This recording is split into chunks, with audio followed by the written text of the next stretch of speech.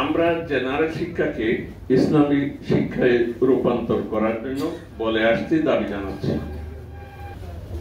হয়তো প্রশ্ন করবেন, বিশ্ববিদ্যালয়কে কি সব বিশ্ববিদ্যালয়কে ইসলামী বিশ্ববিদ্যালয় করতে হবে অথবা মাদ্রাসা বানাইতে হবে?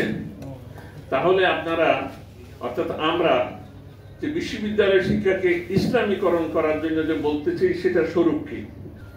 মনে করুন ডাক্তার, একজন ডাক্তার হচ্ছে, তো আপনি আবার নতুন ইসলামী ডাক্তার কেমনে বানাবেন? ডাক্তারেতে যা কিছু পড়ানো হচ্ছে বর্তমানে সেগুলো পড়ানো হবে, এর সাথে 4-5টা কোর্স বাধ্যতামূলক ভাবে ওখানে যুক্ত করলে ইসলামী ডাক্তার হয়ে যাবে।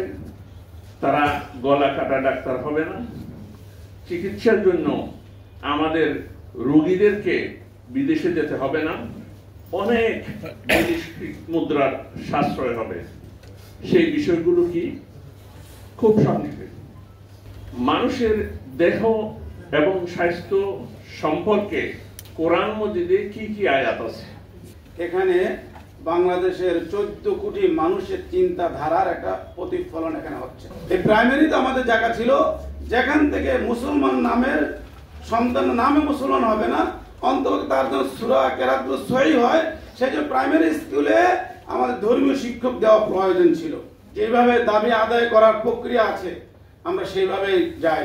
যেহেতু আমরা একটা কঠিন সময়ে, যখন কথা বলা বিপদ ছিল, যখন কথা বললে বাসায় রাত্রে গিয়ে হানা দিত, সেই সময় এখন নেই।